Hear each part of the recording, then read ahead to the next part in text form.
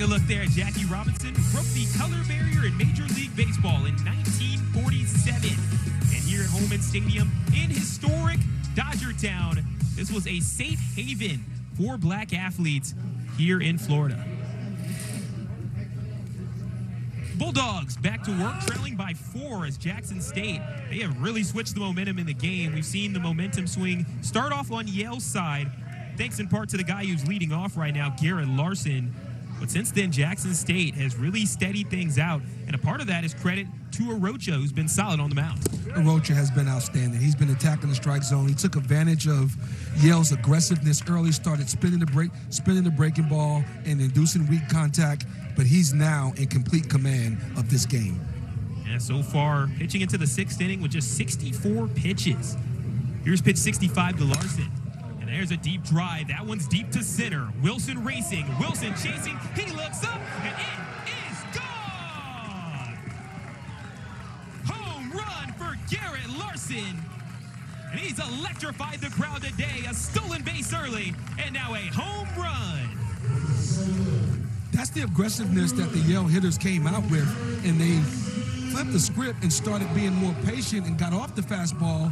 This time, he got back in the batter's box, and he was aggressively looking to get on something out in front.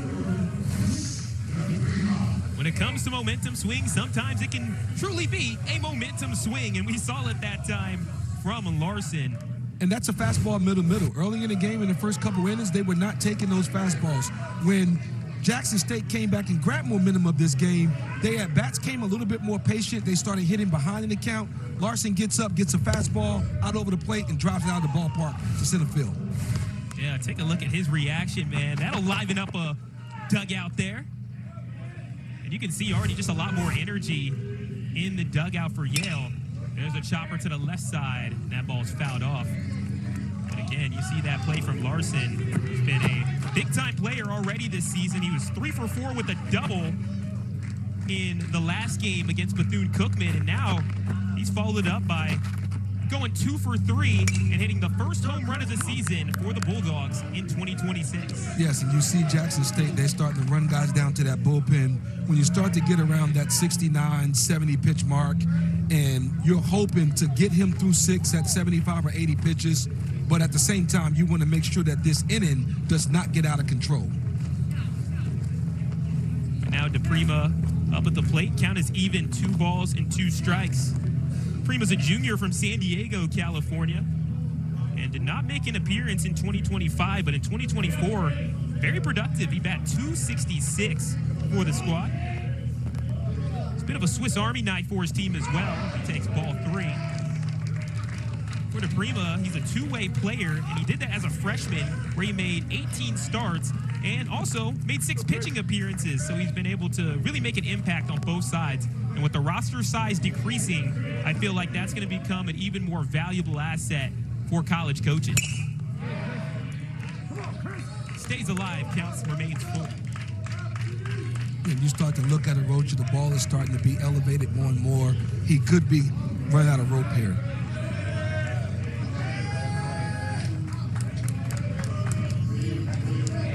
In with the 2-2. Swing and a miss. Strike 3. It's the heater. And Arocha picks up another strikeout, his 5th of the game. That's a big out there.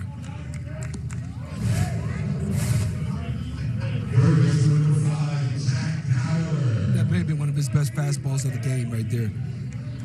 And when you think about how good his slider has been, for him to go to that heater 2-2, he did not want to get to a 3-2 count in that situation. You're right about that, Bo. We've seen him put away a lot of guys, too, with the slider, and I'm assuming the hitter also would have suspected that being a potential put-away pitch. So switching it up with the fastball is a good idea. He realized now he can empty the tank at this point. Is either he's going to get them out of this inning right here, or they're going to get somebody going in the bullpen. If another man gets on base, you're probably going to get a pitch and change. And there's a strike to Jack Dower, the third baseman. He's 0 for 2, but does have an RBI. He was in the first inning on a ground out for the first run of the game. And now he lines that one hard over to center field. A nice job by Wilson on the back pedal. That's out number 2. Good job by the Jackson State defense there. This brings us to a new batter. It's a pinch hitter for Yale. Wearing number 34. Might be a different number. Yeah, it is. So it is Chase Chaplin still. Just a different jersey number. Normally wears number 31.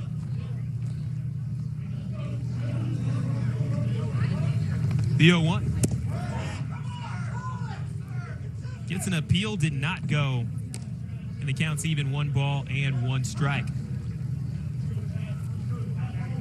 This has been a pretty impressive start by Roger. That's a good fastball in the inning third. He has him set up now for a slider away to finish this inning off. Take a look at what he goes with, the 1-2. Nice job by the hitter to foul that one off and stay alive. For Jackson State this year, they had a lot of continuity defensively in the infield, but they had to replace their entire starting rotation this year. The 1-2. Just misses. 2 balls and 2 strikes. That was close. That was really close. He went with a purpose pitch. The fastball up actually was to change his eye level to come back with the slider. It's 2-2. He's probably going to go paint fastball away because he do not want to go to 3-2 count. 2-2. Oh, he went with the breaking ball. Got soft contact. Hits it over to the first baseman. Patty does a good job of communicating and puts him away for out number 3. But the Bulldogs, they get a little bit of momentum back in this frame. It was Garrett Larson having a solo home run. All you can do is look up because that baby was gone. 6-3 lead for JSU in the bottom of the 6th. Mother Nature is smiling at us tonight as you take a look at the cotton candy-like sky on a gorgeous evening for baseball. The lights starting to come on. You can see it reflect off of that beautiful scoreboard in left center field. And there's your score. Jackson State leading 6-3 over Yale in what's been a phenomenal game to this point. It'll be the 8-9-1 in the order. Tyshawn Patty, Troy Wilson, and Robert Tate due up for the blue and white of Jackson State. And they've had an impressive showing, but still a ways to go in this game, Bo. It's been Jackson State baseball when you start thinking about it. Good starting pitching, solid defense. They've played errorless baseball, a mistake-free baseball. And then offensively, it's everything that we talked about in the pregame. Small ball, sacrifice bunts, moving runners, sacrifice flies, and running the bases. 0-1. There's another bunt shown.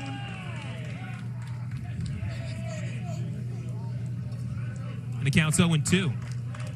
Fascio came into the game after Daniel Cohen's 4 2/3 inning start in his first start of the season. A player that can be an innings eater if you give him enough time into the season. He had over 60 innings pitched in his last 2 years. So it'll be a key piece for this Yale rotation. And now Fascio looking to build up his career. Goes with the breaking ball that misses high. 1 ball and 2 strikes.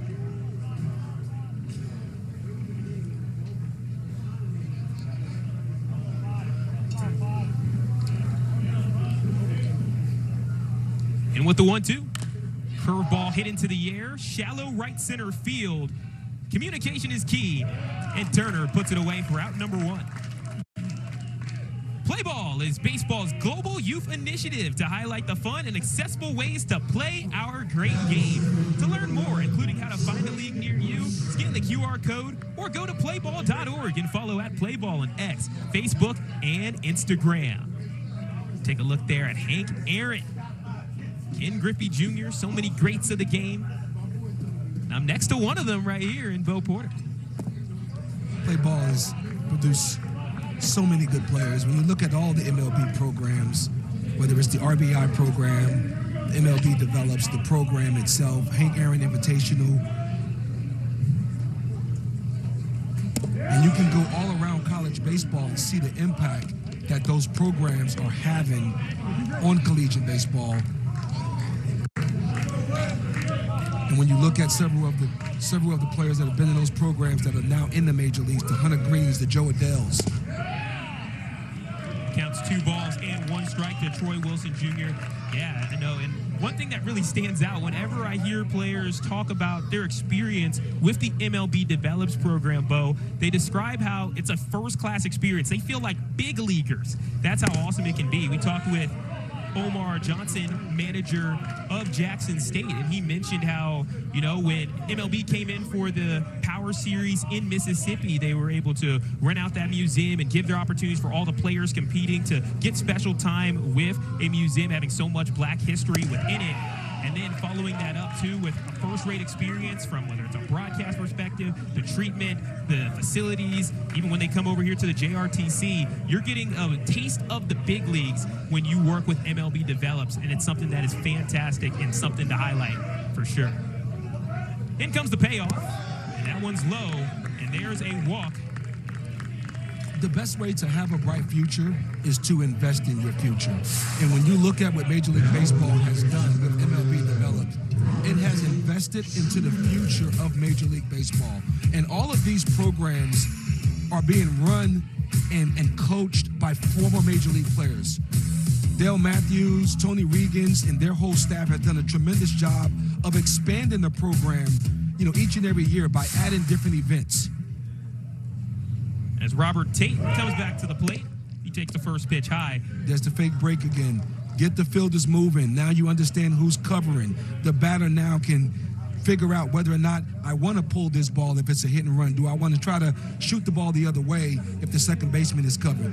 Jackson State have Yale right where they want them at. So that'll be the test for Miller, the freshman catcher. Throws down the first.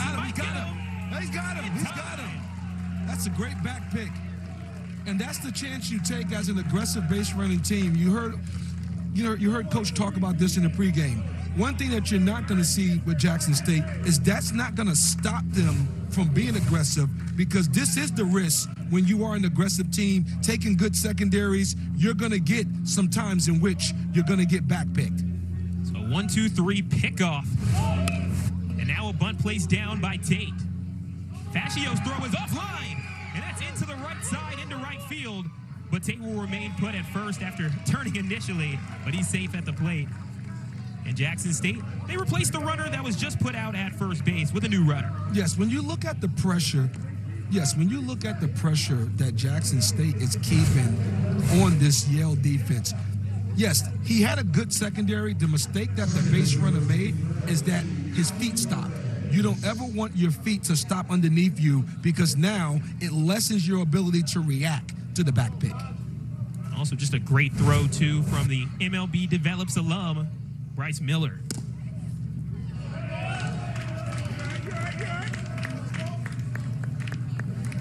So now 2 away in the inning, as here is Letty Alvarez. Reached base once today, delivered a sacrifice bunt, doing a little bit of everything for his team today. Runner goes on the 0-1. It's a chopper up the middle. That will prevent the double play, but there's already 2 outs. So all you needed is a 6-3 ground out, and that retires the side. But when we come back out of break, we're going to have a special guest joining us, one of the best pitchers in all of college baseball. Will be having us on the end of this break.